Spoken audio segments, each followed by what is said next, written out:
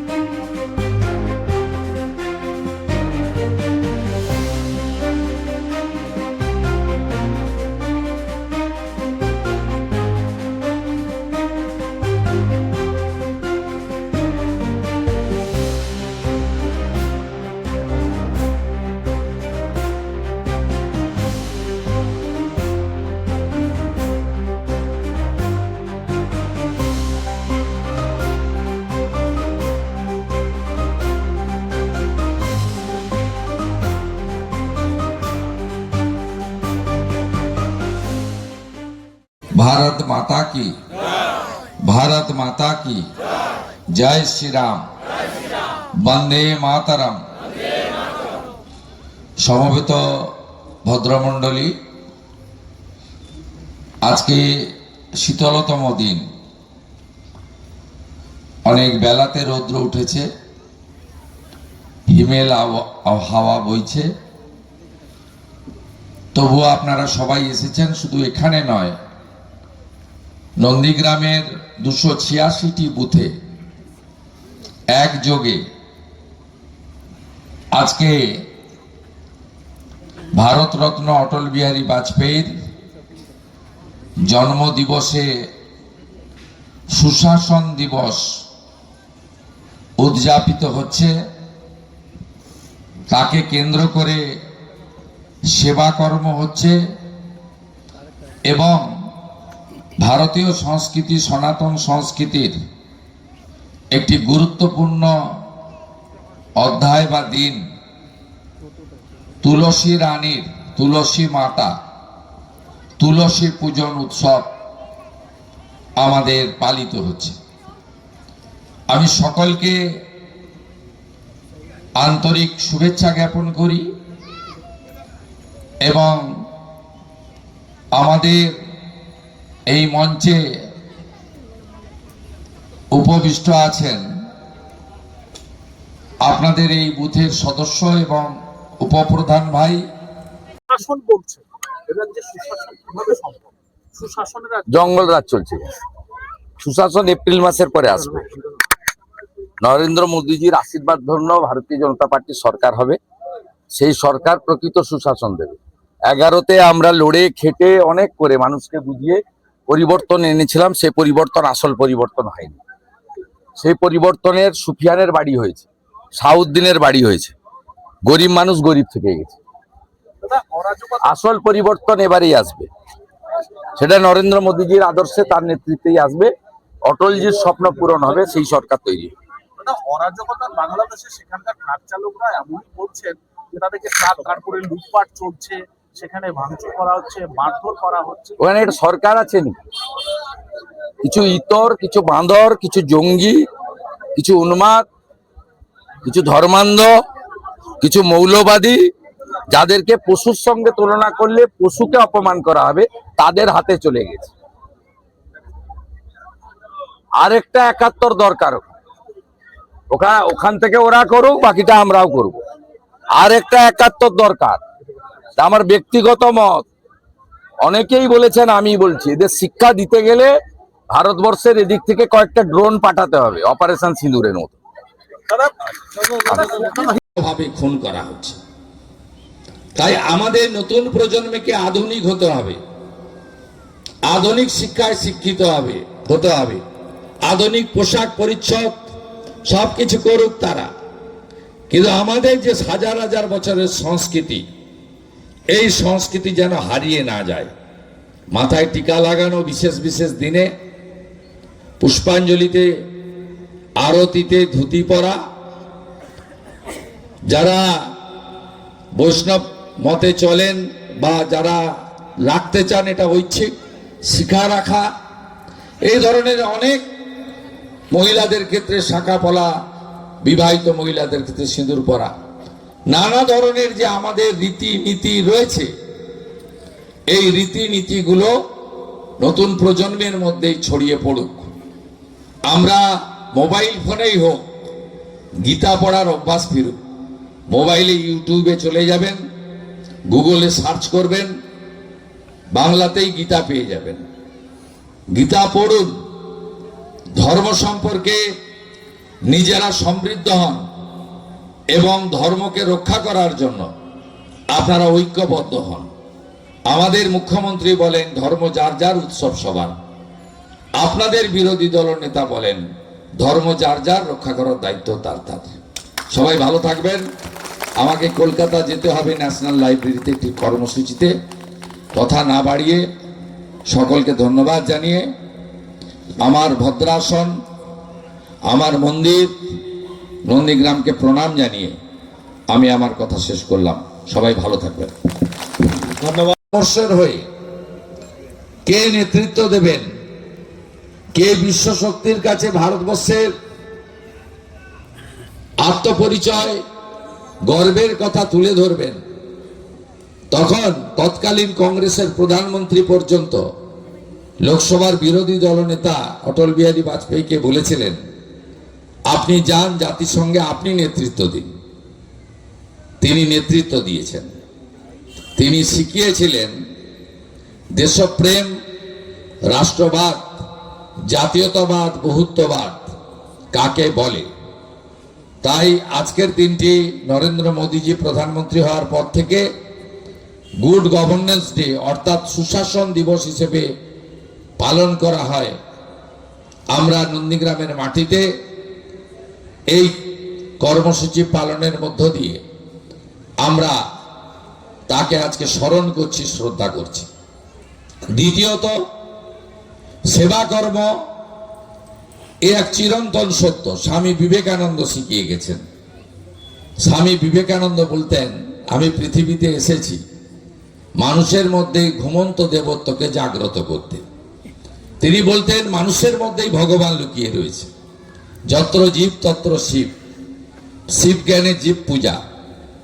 দরিদ্র নারায়ণ সেবা করো, প্রান্তিক মানুষের পাশে পৌঁছাও, তাহলেই তোমার ঈশ্বর প্রাপ্তি ঘটতে পারে। স্বামী বিবেকানন্দ বলে গেছেন, ব্রহ্ম হতে কীট পরমাণু, সর্বভূতে সেই প্রেমময়, মন প্রাণ শরীর অর্পণ করো হে সখে, এসবের পায়ে বহুমুখে সম্মুখে তোমার ছাড়ি, কোথা খুঁজিছ ঈশ্বর, জীবে প্রেম করে যেই জন, সেই জন সেবিছে ঈশ্বর। তাই আজকে স্বামীজির ভাবনা, অটলজিকে স্মরণ, আর মোদিজি সবসময় শিখিয়েছেন ভারতীয় জনতা পার্টির প্রত্যেকটি কর্মীকে সেবাই সংগঠন, সেবা কর্ম করো, শুধু নির্বাচনে ভোট চাই ভোট দাও এটা করলে হবে না, সেবা করতে হবে। ভারতীয় জনতা পার্টি বছরে পক্ষকালব্যাপী দুবার সেবা কর্ম করে। একবার ডক্টর শ্যামাপ্রসাদ মুখার্জির আত্মবলিদান দিবস থেকে তার জন্ম জয়ন্তী পর্যন্ত 15 দিন ব্যাপী, আরেকবার নরেন্দ্র মোদীজির জন্মদিন 17 সেপ্টেম্বর থেকে মহাত্মা গান্ধীর জন্মদিন 2রা অক্টোবর পর্যন্ত, এই দুটো সময়কালে পক্ষকালব্যাপী সেবা কর্ম করে। এই সময়কালে রক্তদান শিবির, স্বাস্থ্য শিবির, দিব্যাঙ্গদের সহায়ক যন্ত্র বিতরণ, মায়ের নামে একটি বৃক্ষরোপণ সহ নানা ধরনের সেবা কর্ম আমরা এই সময় করে থাকি। নন্দীগ্রামের 286টি বুথে মোট 25,000 নাগরিককে এই শীতের সময় আমরা সেবাদানের মধ্য দিয়ে এক মহৎ কর্মসূচি নন্দীগ্রাম জুড়ে পালন করছি।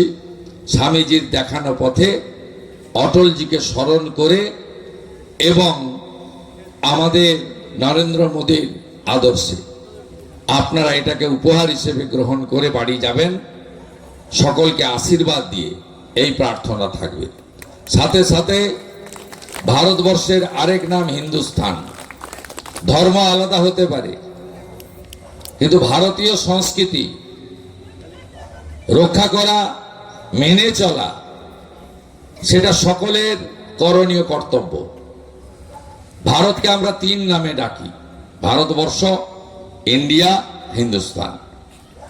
আমাদের যে সনাতন সংস্কৃতি, হাজার হাজার বছরের পুরনো সংস্কৃতি, আজকে সনাতন সংস্কৃতি আমরা নতুন প্রজন্মের মধ্যে জাগ্রত করতে পারছি না।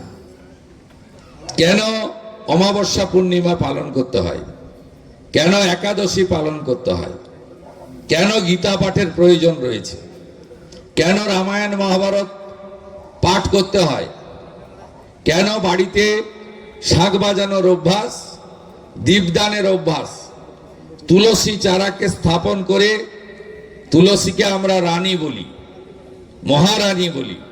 কেন? কারণ আমরা যারা হিন্দু দেবদেবীতে বিশ্বাস করি, মূর্তি পূজায় বিশ্বাস করি, আমাদের কোনো ভগবান জল পর্যন্ত গ্রহণ করে না যদি আমরা তাতে তুলসী পত্র না দিই। তাই আজকে তুলসী পূজন দিবস। প্রত্যেক সনাতনীর উচিত বাড়িতে থাকা তুলসী মঞ্চকে পরিষ্কার করা, একটু সাজানো, জলদান করা, আরতি করা, ধূপ দেওয়া এবং শঙ্খবাদনের মধ্য দিয়ে তুলসী মাকে স্মরণ করা, তুলসী দেবীকে পূজা করা। এটা সব জায়গায় আছে। তুলসী পত্র ছাড়া হয় না। আমরা তুলসী মাকে 2 বার বছরে স্মরণ করি। চরম গ্রীষ্মের সময় 1 মাস ব্যাপী তুলসী গাছে জলদান করা হয়। আপনারা ভাঁড় লাগিয়ে রাখেন, দেখবেন উপর থেকে জল পড়ে। আর একবার হচ্ছে কার্তিক মাস, দামোদর মাস। দামোদর মাসে আমরা দীপদান করি। সেই দামোদর যে মন্ত্র উচ্চারণের মধ্য দিয়ে দীপদান করা হয় মাতা তুলসীকে। তাই আজকে তুলসী পূজন দিবস সনাতন সংস্কৃতিকে যারা মানেন তাদেরকে করতে হবে। এগুলো হারিয়ে যাচ্ছে বলে আজকে দীপুচন্দ্র দাসের মতো ওপার বাংলার বাঙালি হিন্দু বা এপার বাংলার হরগোবিন্দ দাস, চন্দন দাসের মতো যে অটল বিহারী বাজপেয়ী জি একজন আদর্শ রাষ্ট্রনেতা ছিলেন। তিনি রাজনীতির ঊর্ধ্বে ভারতবর্ষকে বিশ্বের সর্বোচ্চ জায়গায় পৌঁছে দেওয়ার ক্ষেত্রে কখনো লোকসভার বিরোধী দলনেতা হিসেবে, কখনো ভারতবর্ষের প্রধানমন্ত্রী হিসেবে তিনি কাজ করেছেন। তার 1998 থেকে 2004 সময়কালে তিনি সর্বশিক্ষা অভিযান, প্রধানমন্ত্রী গ্রাম সড়ক যোজনা সহ শতাধিক উন্নয়নমূলক কাজ তার সময়কালে তিনি শুরু করেছিলেন। ভারতবর্ষ সামরিক পরমাণু শক্তিতে শক্তিধর হয়েছে মূলত অটল বিহারী বাজপেয়ীজির সময়। তিনি তার নেতৃত্বে এবং ভারতীয় সামরিক বিজ্ঞানীদের প্রচেষ্টায়, পরমাণু বিজ্ঞানীদের প্রচেষ্টায় পোখরান পরমাণু সফলতম বিস্ফোরণের মধ্য দিয়ে ভারত আজকে পরমাণু শক্তিশালী দেশে পরিচয় দিয়েছে। এর বাইরেও কয়েকদিন আগে অপারেশন সিঁদুর আপনারা দেখেছেন, তার আগেও কারগিলের যুদ্ধ আপনারা দেখেছেন, কিভাবে দীর্ঘদিন ধরে চলা যুদ্ধে কত সৈনিক আমাদের শহীদ হয়েছিল, আত্মবলিদান করেছিল। কিন্তু পাকিস্তানকে ভেঙে মুচড়ে দুমড়ে কার্যত কারগিলে পরাস্ত করে, কারগিলের ওই পাহাড়ের উপরে, পর্বতের উপরে ভারতবর্ষের ত্রিবর্ণ রঞ্জিত জাতীয় পতাকা তোলার মধ্য দিয়ে কারগিল বিজয় দিবস তার প্রধানমন্ত্রীত্বের সময় হয়েছে। এমনকি অতীত ইতিহাস নতুন প্রজন্মের জানা উচিত। पूरा देश में मना रहा है, सरकारी ओर से और सामाजिक संगठन पॉलिटिकल ओर से। मैं नंदीग्राम का एमएलए के नाते मेरा यहाँ 286 जो हमारी बूथ है, गांव है, वहाँ एक साथ 10 बजे से चल रहा है। इसमें आज हिंदू का तुलसी पूजन दिवस है, तुलसी चारा डिस्ट्रीब्यूशन हो रहा है, तुलसी माता को वंदन कर रहा है और बाकी 25,000 हमारा जो ब्लैंकेट भी डिस्ट्रीब्यूशन हो रहा है हर बूथ में। दादा, बांग्लादेश में लगातार हिंदुओं के ऊपर अत्याचार हो रहा है। वहाँ वो एक्सट्रीमिस्ट जामाती के हाथ में वो कोई सरकार नहीं है, कानून नहीं है। इसलिए वहाँ देश के अंदर से भी करना चाहिए, विश्व समाज को भी आगे आना चाहिए। और हम लोग बंगाली हिंदू के नाते, वो हमारी दीपू बंगाली भाई है, उनका परिवार का साथ एक हिंदू को होने के नाते पूरा देश उसका साथ खड़ा हुआ है। यहाँ बाबरी मस्जिद बनाने के लिए बांग्लादेश का मुसलमान ने रुपया भेज रहा है। हम लोग भी उनका जो अकाउंट नंबर है, मोबाइल अकाउंट जो परमिसेबल है, उसमें हम लोग भी हिंदू लोग उनका फैमिली को रुपया भेज रहा हूँ। दादा, विपक्ष दलों में एक बात नहीं बोल रहा है बांग्लादेश, नहीं बोलेगा। तुष्टिकरण का राजनीति, ममता दीदी तुष्टिकरण का राजनीति, मुस्लिम वोट बैंक को ठीक रखने के लिए वो हिंदू जब अत्याचारित होता है बात नहीं बोलता है, और जब गाजा में बम पड़ता है तब मिছিল करता है। दादा, कलकत्ता में पाकिस्तान में जब भारत ऑपरेशन करता है युद्ध न शांति चाहिए बोलता है, और जब बांग्लादेश में हिंदू के ऊपर अत्याचार, हिंदू महिला के ऊपर बलात्कार होता है, तब कोई मिছিল है लोग का, टीएमसी का मिছিল, सीपीएम का मिছিল, कांग्रेस का मिছিল आप नहीं दिखाई देगा। ये तुष्टिकरण का राजनीति है। সুপ্রিম কোর্টে দাদা অনিকেত মাহাতোর থেকে রক্ষা কবচ পাওয়ার পরও তাকে একইভাবে নিয়োগ হওয়ার দিচ্ছে না, এবং সেক্ষেত্রে তারা এ সরকার কোর্টকেও মানে না। এর আগে 25% ডিএ দিতে বলেছিল সুপ্রিম কোর্ট, সেটাও মানেনি। এই সরকার কিছুই মানে না, তাই এফেক্টেড লোকের কন্টেম্প্ট করা উচিত। আর সমাধান একটাই, যেটা নন্দীগ্রাম 21-এ করেছে।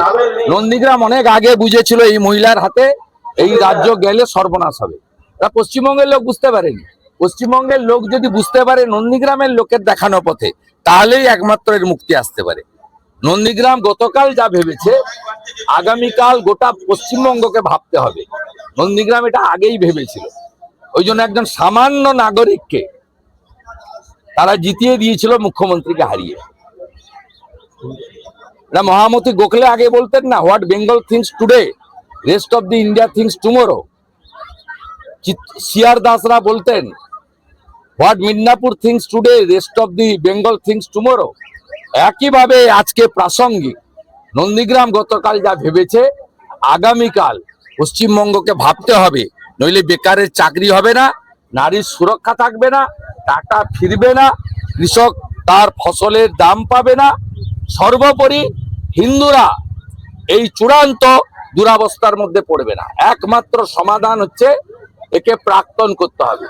নন্দীগ্রাম একে কম্পার্টমেন্টাল করেছে, আর বাংলার জনগণ যদি চায় কম্পার্টমেন্টাল 4 মাসের মধ্যে করা যেতে পারে। এটাই একমাত্র সমাধানের রাস্তা। অসুখ তো বলছেন, ওষুধটাও তো বলতে হবে। ওষুধটা একটাই, নো ভোট টু মমতা।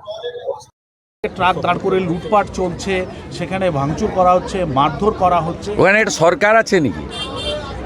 কিছু ইতর, কিছু বাঁদর, কিছু জঙ্গি, কিছু উন্মাদ, কিছু ধর্মান্ধ, কিছু মৌলবাদী, যাদেরকে পশুর সঙ্গে তুলনা করলে পশুকে অপমান করা হবে, তাদের হাতে চলে গেছে। আর একটা 71 দরকার ওখান থেকে ওরা করুক, বাকিটা আমরাও করব। আর একটা 71 দরকার, আমার ব্যক্তিগত মত। অনেকেই বলেছেন, আমি বলছি, এদের শিক্ষা দিতে গেলে ভারতবর্ষের এদিক থেকে কয়েকটা ড্রোন পাঠাতে হবে, অপারেশন সিঁদুরের মতো। দাদা কিভাবে সম্ভব? সুশাসনের জঙ্গল রাজ চলছে এখানে। সুশাসন এপ্রিল মাসের পরে আসবে। নরেন্দ্র মোদীজির আশীর্বাদ ধন্য ভারতীয় জনতা পার্টির সরকার হবে। সেই সরকার প্রকৃত সুশাসন দেবে। 11তে আমরা লড়ে খেটে অনেক করে মানুষকে বুঝিয়ে পরিবর্তন এনেছিলাম, সেই পরিবর্তন আসল পরিবর্তন হয়নি। সেই পরিবর্তনের সুফিয়ানের বাড়ি হয়েছে, শাহউদ্দিনের বাড়ি হয়েছে, গরিব মানুষ গরিব থেকে গেছে। দাদা অরাজকতা, আসল পরিবর্তন এবারেই আসবে, সেটা নরেন্দ্র মোদীজির আদর্শে, তার নেতৃত্বেই আসবে। অটলজির স্বপ্ন পূরণ হবে, সেই সরকার তৈরি হবে। দাদা অরাজকতার বাংলাদেশে সেখানে পরও তাকে একইভাবে নিয়োগ হওয়ার দিচ্ছে না, এবং সেক্ষেত্রে তারা এ সরকার কোর্টকেও মানে না। এর আগে 25% ডিএ দিতে বলেছিল সুপ্রিম কোর্ট, সেটাও মানেনি। এই সরকার কিছুই মানে না, তাই এফেক্টেড লোকের কন্টেম্প্ট করা উচিত। আর সমাধান একটাই, যেটা নন্দীগ্রাম 21-এ করেছে। নন্দীগ্রাম অনেক আগে বুঝেছিল এই মহিলার হাতে এই রাজ্য গেলে সর্বনাশ হবে। এটা পশ্চিমবঙ্গের লোক বুঝতে পারেনি। পশ্চিমবঙ্গের লোক যদি বুঝতে পারে নন্দীগ্রামের লোকের দেখানো পথে, তাহলেই একমাত্র এর মুক্তি আসতে পারে। নন্দীগ্রাম গতকাল যা ভেবেছে আগামীকাল গোটা পশ্চিমবঙ্গকে ভাবতে হবে। নন্দীগ্রাম এটা আগেই ভেবেছিল, ওই জন্য একজন সামান্য নাগরিককে তারা জিতিয়ে দিয়েছিল, মুখ্যমন্ত্রীকে হারিয়ে। এটা মহামতি গোখলে আগে বলতেন না, what Bengal thinks today rest of the India thinks tomorrow. CR দাসরা বলতেন, what Midnapore thinks today rest of the Bengal thinks tomorrow. একইভাবে আজকে প্রাসঙ্গিক নন্দীগ্রাম গতকাল যা ভেবেছে আগামীকাল পশ্চিমবঙ্গকে ভাবতে হবে, নইলে বেকারের চাকরি হবে না, নারীর সুরক্ষা থাকবে না, টাকা ফিরবে না, কৃষক তার ফসলের দাম পাবে না, সর্বোপরি হিন্দুরা এই চূড়ান্ত দুরাবস্থার মধ্যে পড়বে না। একমাত্র সমাধান হচ্ছে একে প্রাক্তন করতে হবে। নন্দীগ্রাম একে কম্পার্টমেন্টাল করেছে, আর বাংলার জনগণ যদি চায় কম্পার্টমেন্টাল 4 মাসের মধ্যে করা যেতে পারে। এটাই একমাত্র সমাধানের রাস্তা। অসুখ তো বলছেন, ওষুধটাও তো বলতে হবে। ওষুধটা একটাই, নো ভোট টু মমতা।